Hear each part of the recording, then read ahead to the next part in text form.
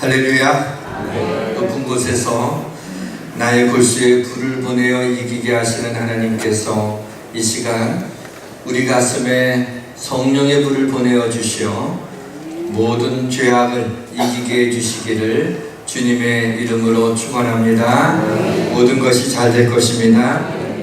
하나님은 모든 사람이 구원받기를 기뻐하시고 모든 인생을 사랑하시지만 특히 가난하고 마음이 상하고 괴롭고 불쌍하고 밑바닥 인생을 사는 사람들에게 특별한 관심을 갖고 계신 것 같습니다.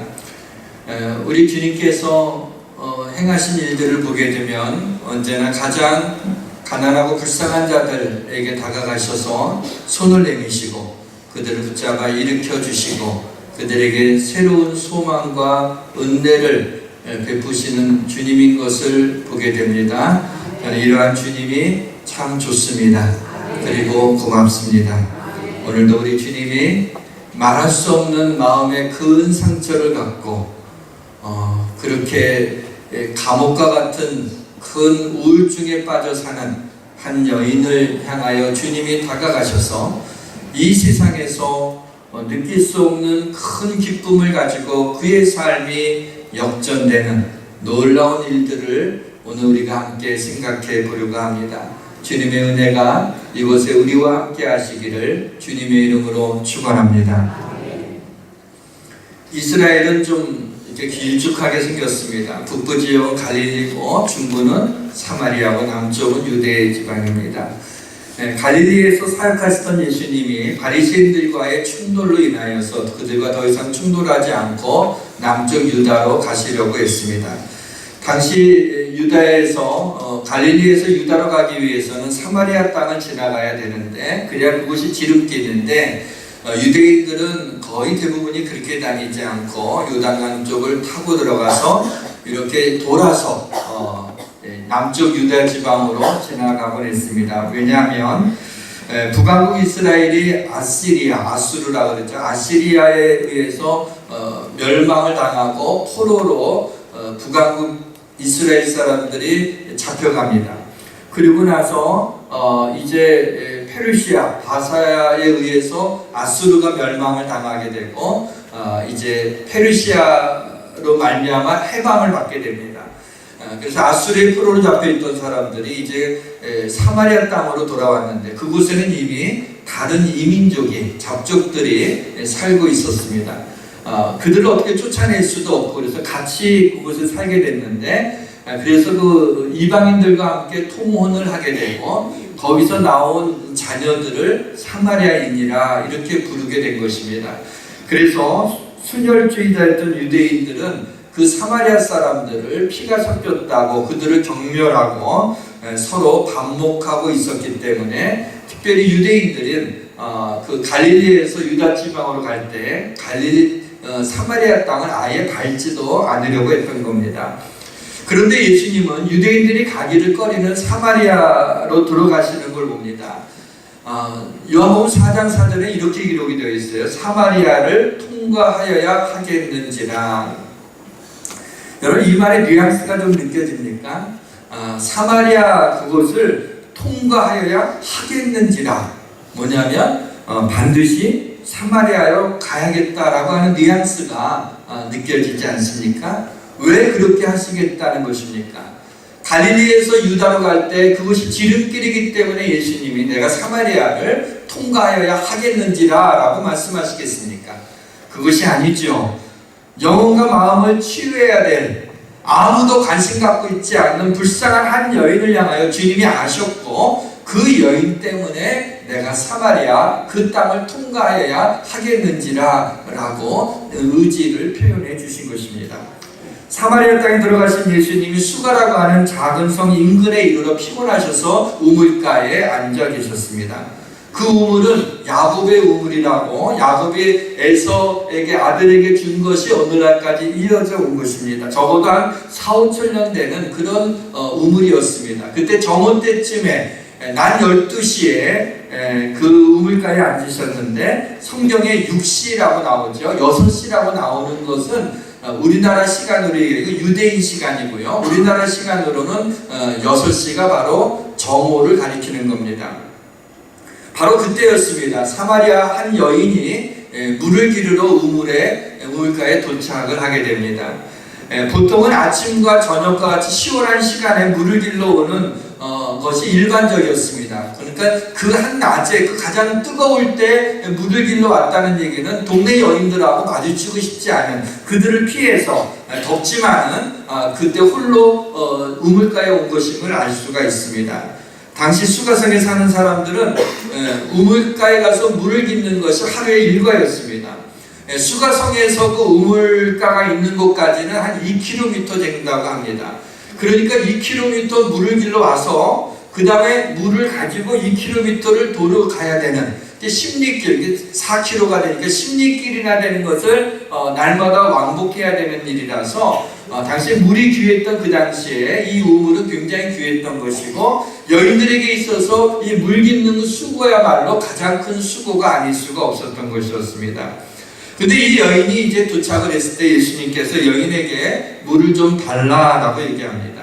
이때 사마리아 여인이 이렇게 얘기하죠. 당신은 유대인으로서 어찌하여 사마리아인이 나에게 물을 달라고 하나이까? 라고 묻습니다. 왜 그렇게 물었습니까? 유대인들은 사마리아 사람들하고 상종하지 않기 때문입니다.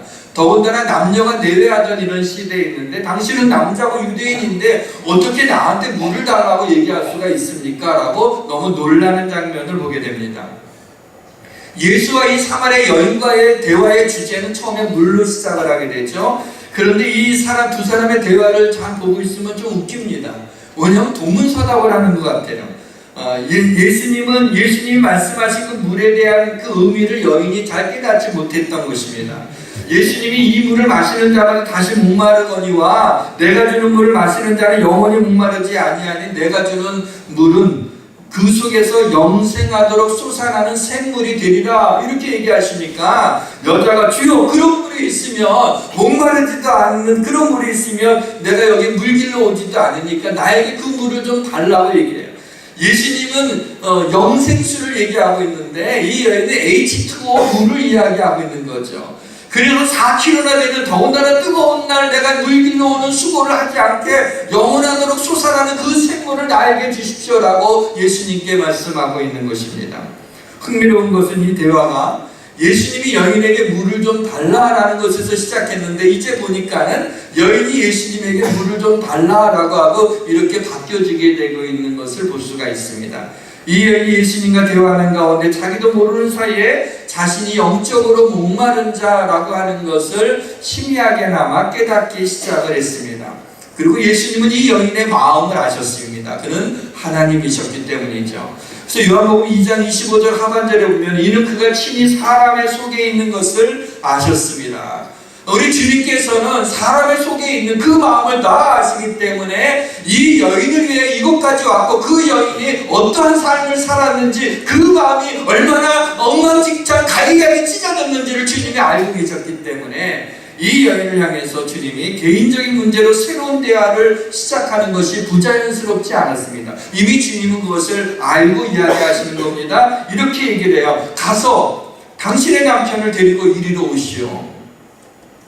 생뚱맞게 던진 이 말에 여인이 얼마나 당황했는지 모릅니다. 그래서 당황한 여인이 나는 남편이 없습니다 그랬어요. 남편을 데리고 오라고 그랬는데 갑자기 왜 남편 얘기를 꺼내냔 말이죠. 물 얘기하다가 남편 얘기를 꺼내니까 막 당황을 하게 됩니다. 그때 그녀에게 예수님이 얘기하죠. 나는 남편이 없습니다. 이렇게 말한 것은 옳게 말한 것이라고. 당신은 남편이 5이나 있었지만 지금 있는 사람도 당신 남편이 아니지 않소. 그러니 남편이 없다고 말한 것은 잘 말한 것이요. 이렇게 이야기를 합니다. 여인이 사실은 남편이 없다고 얘기한 건 방어 기제로 얘기한 거예요. 그 남편이 없다고 그랬어요. 또 솔직하게 얘기하게 되면은 지금 있는 남편이 기둥서방 정도는 될지 모르지만 같이 살지만은 남편이라고 할 수도 없었으니까 꼭 틀린 말은 아니었지요. 그러나 이 여인이 느꼈습니다. 남편이 5이나 있었다는 걸 어떻게 알았어요? 예수님이 자신의 모든 걸 아시자 이 여인이 예수님을 선지자로 생각하기 시작했습니다. 선생님, 당신이 선지자라는 것을 내가 알았습니다. 그러나 이 순간까지도 이 여인은 예수님이 당신의 구주임을 깨닫지 못했던 것입니다. 여인은 자신의 수치이자 또 거북한 남자 문제에서 더 이상 대화를 이어가고 싶지 않았습니다. 예수님 앞에 자신의 것이 다 드러나는 수치스러운 걸 또 생각하고 싶지 않은 자신의 이 핸디캡에 대해서 더 이상 얘기를 나누고 싶지 않은 화제를 돌리게 됩니다. 그래서 당시에는 유대인과 사마리아인들 사이에는 뜨거운 감자가 하나 있었는데 예배 장소입니다. 왜냐하면 예배는 원래 솔로몬의 예루살렘 성전에서 하나님 앞에 제사를 드리는 건데 유대인들이 사마리아 사람들이 오는 걸 아주 싫어했어요. 그래서 사마리아 사람들도 거기 가는 걸 굉장히 꺼려했죠. 왜냐하면 자신들 너무 싫어하니까. 그래서 할 수 없이 사마리아 사람들도 하나님을 섬기는 사람들 아닙니까? 그러니까는 이들이 어떻게 했냐면 그리심산이라고 하는 축복의 산이라고 이름부터 사마리아에 있는 그 산에서 하나님 앞에 제사를 드렸어요. 그러니까 어디서 제사 드리는 것이 옳으냐라는 것이 뜨거운 감정이었던 거죠. 유대인들은 얘기할 때 예루살렘 이 성전에서만 하나님 앞에 제사를 드려야지 다른 곳에서 드리는 제사는 제사가 아니다라고 얘기했어요. 근데 사마리아 사람들은 실제로 드릴 수가 없는데 그리심산 축복의 산에서 예배하는 게 어떠냐라고 이야기하고 있었던 겁니다. 그래서 그걸 갖다 주님한테 그 문제를 끄집어서 궁금했던 자라 물어보게 됩니다. 예수님이 이에 대해서 명쾌하게 대답을 하십니다. 때가 되면 이 산에서도 아니고 예루살렘에서도 아니고 아버지께 예배하게 될 것이다. 아버지께서 이렇게 예배하는 자들을 찾으시느니라. 하나님은 영이시니 예배하는 자가 영과 진리로 예배해야 할지라. 그래서 우리가 잘 알고 있는 말씀이 여기서 터져 나오게 된 것이죠. 이제 이야기가 클라이막스로 이르게 됩니다. 여인은 메시아 곧 그리스도라고 하는 분이 오시죠. 그러니까 그때가 되면은 하나님이 영이시기 때문에 예배하는 자를 찾으시고 예배하는 자가 영과 진리로 예배할지라는 말씀을 듣고 여자가 메시아 그리스도라고 하는 분이 오실 줄 내가 압니다. 그가 오시면 모든 것을 우리에게 알려주실 것입니다. 이 여인도 메시아를 기다리고 있었던 것입니다. 그때 예수님에 의해서 충격적인 말이 쏟아져 나옵니다. 내게 말하는 내가 그라. 저는 자판에 이 말씀을 누르는데 갑자기 이상하게 제 눈이 핑 눈물이 도는 거예요. 지금 그럴 상황이 아닌데 내가 뭐 여기서 이 말씀을 몰랐던 것도 아니고 근데 그 여인의 마음을 가지고 말씀을 이렇게 쭉 같이 따라 나가다 보니까는 이 여인이 지금 얼마나 그의 삶이 엉망진창이고 이 마음이 얼마나 갈기갈기 찢어졌습니까? 그런데 나중에 메시아 그리스도라는 말까지 나오는데 그동안에 얘기했던 그냥 선지자로 놀라운 분으로 알고 있던 그분이 내게 말하는 내가 그라.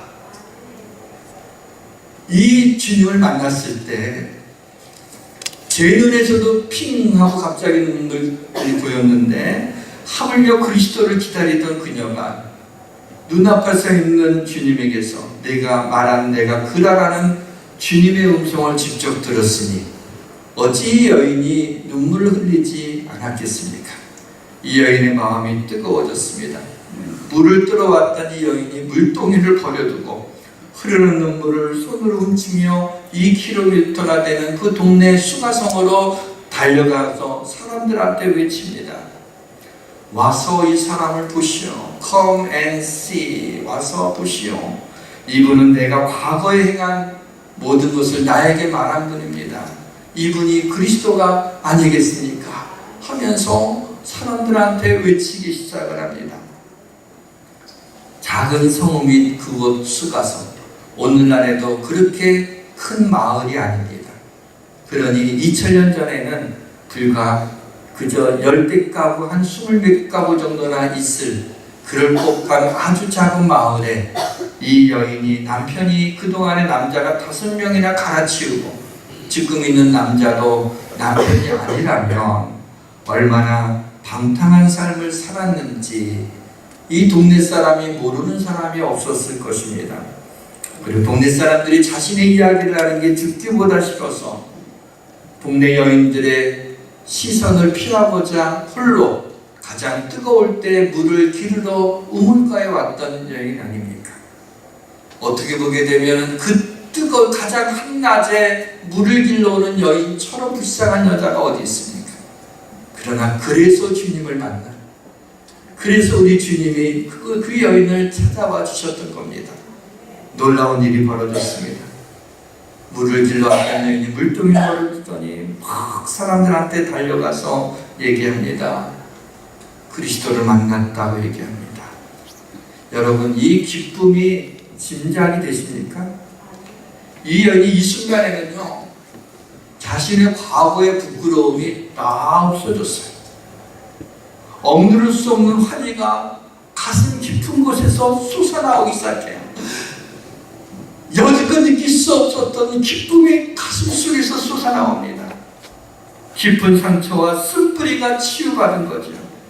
구원받았을 뿐만 아니라 갈기갈기 찢어진 자신의 마음의 상처가 그 순간에 내가 그라 라고 말하는 그 주님을 만나는 순간에 이 여인의 깊은 상처가 치유받으며 사람들에게 달려가서 자기의 부끄러운 것도 모르고 내가 그리스도를 만났다고, 나의 행한 일, 내가 지난날에 부끄러웠던 일들을 다 나에게 얘기해 주셨다고 마을 사람들이 동그랗게 뜨게 됩니다.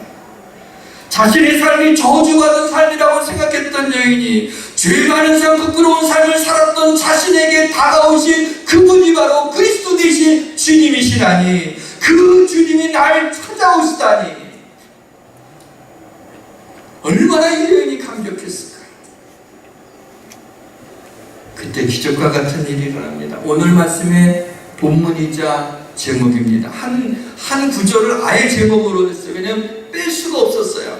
그들이 동네에서 나와 예수께로 오더라. 그들이 동네에서 나와 예수께로 오더라. 아니, 그들이 누굽니까? 동네 여인들이 누굽니까? 이 우물가의 낮에 물을 길렀던 여인들을 비난하고 조롱하고 무시했던 그 여자들 아닙니까? 그 소리가 듣기 싫어서 한낮에 물을 길러갔던 여인 아닙니까? 그런데 그 여인들이 이 여자가 얘기하는 걸 듣고 나와서 우물가로 2km나 되는 곳으로 막 달려갔다는 것이 놀랍지 않습니까? 세상에 신뢰할 수 없는 여인이 그렇게 남편이 5이나 있었다고 얘기한 그런 삶을 살았던 여자가 와서 하는 말에 어떻게 동네 사람들이 다 나와서 우물가로 예수님께로 갈 수 있단 말입니까? 그 여인의 말은 신뢰할 수 없을지 몰랐지만 이 여인이 주님을 만난 기쁨이 얼굴에 가득 찬 거야. 이전에 볼 수 없었던 사람들의 눈을 보면 이렇게 피하고 저쪽으로 돌아갔던 이 여인이 너무나도 불쌍하고 너무나도 방탕하고 너무나도 죄 많은 여인, 갑자기 얼굴에 기쁨이 넘치며 평안하며 너무 변화된 모습을 보면서 사람들이 예수님께 달려가게 됩니다. 더 놀라운 일은요, 요한복음 4장 39절에 보니까 여자의 말이 내가 행한 모든 것을 그가 내게 말하였다 증언함으로 그 동네 중에 많은 사마리아인이 예수를 믿는지라. 예수님께 나올 뿐만 아니라 예수를 믿게 되나. 정말 사람들을 대인 기피증에 있는 이 여인이 이 여인을 통해 많은 사람이 예수를 믿게 되는, 와우. 여러분 안 놀라시나요? 이 얼마나 놀라운 일입니까? 자기 이야기를 할 때, 간증을 할 때 많은 사람이 예수를 믿게 됩니다. 이 여인을 이해할 수 있습니까? 정신적으로 건강하지 못한 여인이었습니다. 정서적으로 삐뚤어져 있습니다. 대인관계는 다 끊어져 있습니다. 아마도 심한 우울증에 걸린 여인이었을 겁니다. 무엇보다도 살기 위해서 그랬는지 몰라요. 외로워서 그랬는지 몰라요. 아니면 남자 중독에 걸려서 그랬는지도 몰라요. 어떻든 남편이 5이나 있었다. 지금 있는 남편도 네 남편이 아닌 기둥소방 같다면 그의 삶이 어쩌으리라고 생각합니다. 죽지 못해서 하는 것 아니었을까요? 당시 시대 정신으로 보니 이 여인은 비난받아 마땅하며 죽지 못해서 하는 여인임이 틀림없습니다. 5번이나 결혼에 실패한 여인, 얼마든지 이 여인을 향해 돌을 던질 이유가 있었지만 국민의 눈으로 보면, 주님의 눈으로 보면 외로운 여인이었습니다. 그래서 주님이 그 여인을 찾아가신 겁니다. 이 여인이 메시아 그리스도가 오실 줄 압니다. 내게 말하고 있는 그가 내가 그다라고 얘기합니다. 얼마나 놀랐을까요? 근데 감사한 게 이 여인이 그 말이 믿어졌다는 거예요. 내가 그다라고 할 때 에이 장난해요 이러지 않았어요. 그게 믿어졌다는 거죠. 우리 인간이 죄인입니다. 어떤 죄인인가 한번 볼까요? 로마서 3장 10절부터 18절에 있는 말씀을 제가 한번 읽어볼게요. 기록된 바 의인은 하나도 없으며 음란이 하나도 없으며 깨닫는 자도 없고 하나님을 찾는 자도 없고 다 치우쳐 함께 무익하게 되고 선을 행하는 자가 없나니 하나도 없도다. 그들의 목구멍은 열린 무덤이요 그 혀로는 속임을 일삼으며 그 입술에는 독사의 독이 있고 그 입에는 저주와 악독이 가득하고 그 발은 피 흘리는데 빠른지라 파멸과 고생이 그 길에 있어 평강의 길을 알지 못하고 그들의 눈앞에 하나님을 두려워함이 없느니라 한 것 같으니라. 우리 인간이 얼마나 무서운 죄인인지를 보게 됩니다. 그런데 하나님의 은혜로 죄사함을 받았습니다. 모든 사람이 죄를 범하였으며 하나님의 영광에 이르지 못하더니 그리스도 예수 안에 있는 성령으로 말미암아 하나님의 은혜로 값없이 의롭다함을 받았느니라. 우리 인간은 죄에 중독되기가 쉬운 것 같아요. 알코올 중독이 되면 몸과 마음과 삶이 다 망가진다는 걸 알잖아요. 그래서 그런데도 알코올 중독에서 치료받으면서도 술만 보면 마시고 싶어서 견딜 수 없고 안에 몰래 가고 술병 감춰놨다가 그 냉장고에 넣었다가 혼자 마시는, 계속 마시게 되면 생명의 위협을 느끼더라도 그거 상관하지 않아요. 중독됐어요. 알코올을 계속 찾습니다. 불륜관계를 맺으면 가정이 파괴된다는 걸 잘 알죠. 그러나 당장의 스릴과 쾌감을 버리지는 못해요. 관계가 이어지다가 계속 그러다 꼬리가 엎혀서 가정이 깨어진다는 것, 자녀들이 얼마나 큰 상처를 입는다는 걸 알지만 그 불륜관계를 계속 이어가고 있지 않습니까? 도박에 손을 대면 쉽게 중독되어 재산을 말아먹을 것을 알면서 도박에서 손을 떼지 못해요. 내 다시는 도박하다가 손가락을 따르면 발가락 가지고라도 하는 게 그게 도박 아닙니까? 미움이나 시기나 분노가 내 영혼을 갉아먹는 걸 알면서도 그 마음을 버리지 못해. 그 미움이, 그 시기가, 그 분노가 내 마음을 그렇게 괴롭게 하는데도 그것을 용서하고 버리지를 못하고 있는 게 우리 인간 아닙니까? 한 번은 좀 섬뜩한 글을 본 적이 있습니다. 알래스카의 에스키모인들이 늑대 사냥을 하는 법이 나온 거였습니다. 늑대 사냥을 할 때 날카로운 칼을 갖다가 사시미 칼 같은 그런 약간 길쭉한 이 칼을 갖다가 짐승의 피를 갖다가 묻힌다고 합니다. 거기에 굉장히 추우니까 피를 묻히면 금방 얼게 되죠, 피가. 그러면 또 피를 묻힌대요. 또 얼게 돼요. 또 피를 묻혀요. 또 얼게 돼요. 어느 정도 두께의 그 피를 묻힌 칼을 갖다가 이제 눈 가운데다 꽂아놓는다고 합니다. 먹을 것이 없었던 늑대들이 와서 그 피 냄새를 맡고 오게 됩니다. 그리고 그것을 혀로 핥게 됩니다. 그러면 그 짐승의 피니까는 그게 다는 거지, 입에. 그러니까 한참 늑대들이 와서 그걸 받아보게 되면 이제 그 얼렸던 그 다른 짐승의 피가 다 녹아지게 되면 날카로운 칼날이 나오는데 그것을 느끼지를 못하고 그 자기 혀로 그 칼을 핥다가 그 혀가 갈라지게 되죠. 그리고 거기서 피가 나오게 됩니다.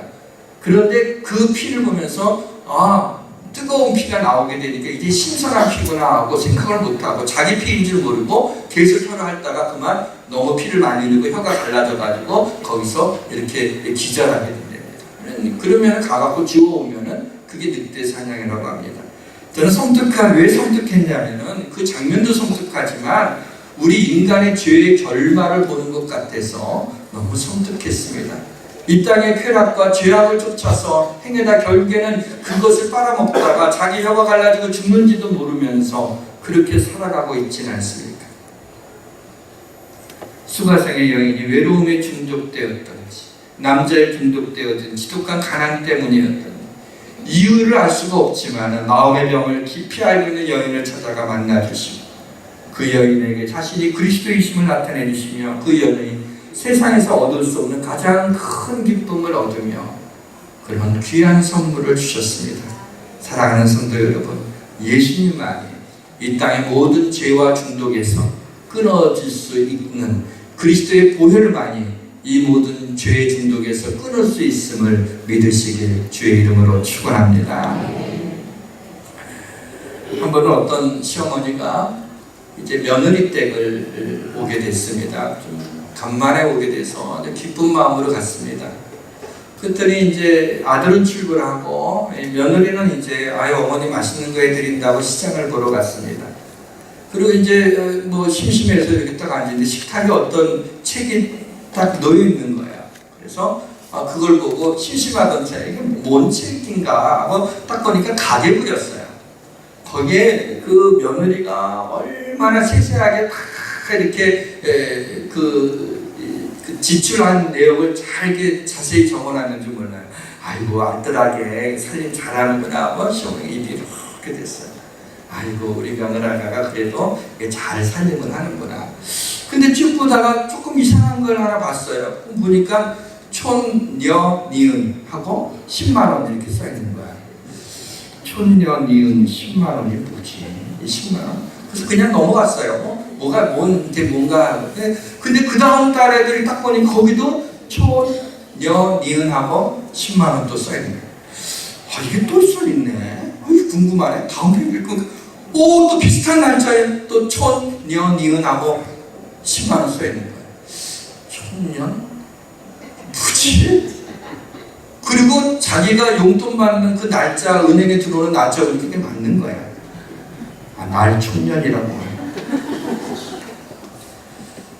여러분 여기서 시어머니를 그렇게 했을 때 이 여인의 마음에 지금 수가성의 여유만큼은 아니죠. 그러나 마음에 상처가 있는 것 아닐까요?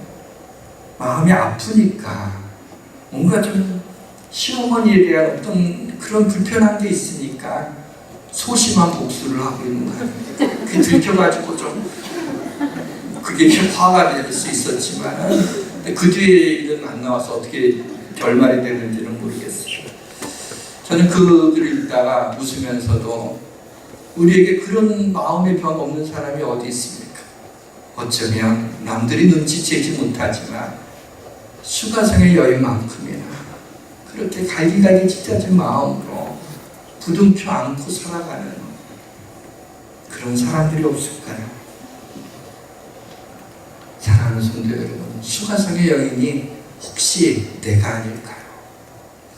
아니면 수가성에 있는 여인에게 예수님이 손을 내미신 것처럼 우리도 마음이 아픈 이웃에게 손을 내밀어야 되지 않을까요? 그리스도를 소개해 줘야 되지 않을까요? 우리는 죄인이고 이 죄는 우리를 위하여 십자가 달려 돌아가신 예수 그리스도의 흘리신 피로 죄사함을 받고 용서함 받아 우리를 하나님의 자녀로 삼아주신다는 게 복음입니다. 복음은 기쁜 소식인데 이상하게 믿지 않는 사람한테는 하나도 안 기뻐요. 복음을 전하려고 그러면 경기를 일으킵니다. 저기서 전도들 하나 치면 삥 돌아갑니다. 참 전하는 사람이나 그걸 피해가는 사람이나 기쁜 소식을 전해준다는데 그들에게는 짜증나는 일이에요. 하나도 기쁘지 않아요. 왜 예수를 안 믿을까요? 예수 믿으면 좋은데, 예수 믿어야 되는데 왜 안 믿을까요? 가만히 생각해보니까 죄사함 받고 용서받은 사람이나 그렇지 않은 사람이나 뭐 별 차이가 없는 것 같아서 그런 것 같아요. 예수 믿으세요. 우리 같이 교회 갑시다. 너나 잘 믿어. 너나 나나. 오히려 예수 믿는 사람이 더 못됐다고, 더 깍쟁이라고, 예수 믿는 시어머니가 더 독하다고, 그런 시어머니가 더 오래 산다고 그렇게 하면서 예수 믿는 사람에 대해서 그런 마음이 있지 않을까요? 죄사함 받은 사람이나 그렇지 않은 사람이나 이 세상을 살아가는데 별 문제가 없어. 걸릴 게 없어.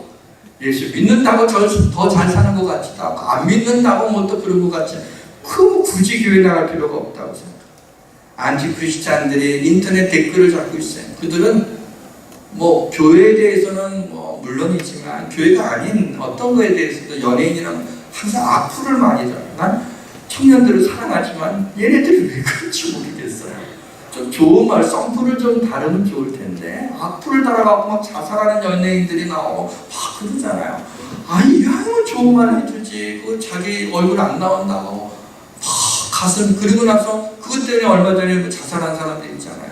그런 여자들 있죠. 그 왜 그랬냐? 그냥 장난으로 그걸 읽는 사람이었어요. 그런데 복음을 오늘날 전한다면 그들에게 얼마나 휘둘리는지 모릅니다. 어떤 목사가 혹은 어떤 교회가 손가락질 받을 만한 일이 드러나면 얼마나 막 부끄럽고 속상한지 모르겠어요. 아마 내가 그런 건 아니지만 막 미치겠어요 그냥. 그래서 그런 기사를 보고 그냥 가슴이 막 찢어지는 것 같아요. 왜 이렇게 아프죠? 이 복음이 가려지면 어떡하나. 하나님의 영광이 가려지면 어떡하나. 그때는 속상해갖고 하나님 이거 어떡합니까? 하면서 너무 속이 상합니다. 교회가 비판받을 이유가 없지 않죠. 그럼에도 불구하고 교회는 그리스도의 몸입니다. 교회는 하나님의 영광이 임하는 곳입니다. 교회만이 세상의 유일한 희망입니다. 저는 그것을 믿습니다. 교회가 누굽니까?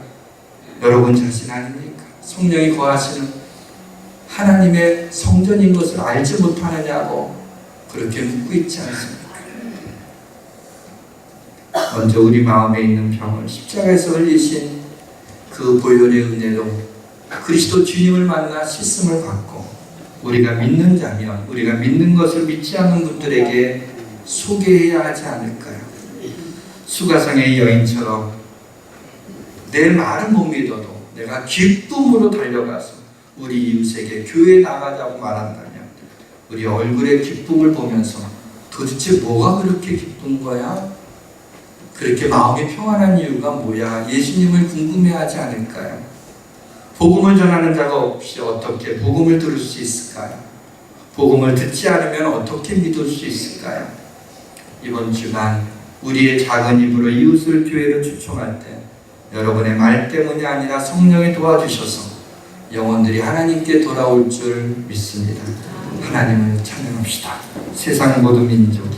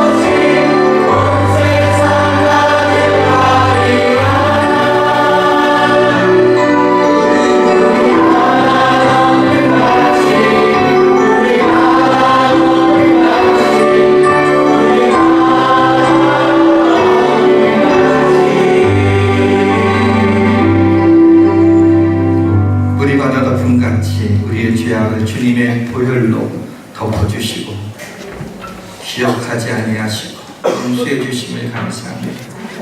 이 여인이 그 용서함을 받고 내 앞에 계신 그분이 메시아 그리스도라는 걸 알 때 큰 기쁨으로 나가서 복음을 전했는데 우리는 이 여인보다 예수 믿은 지가 더 오래됐는데 더 큰 사랑과 은혜를 받았는데 우리는 이 입술을 떼지 못합니다.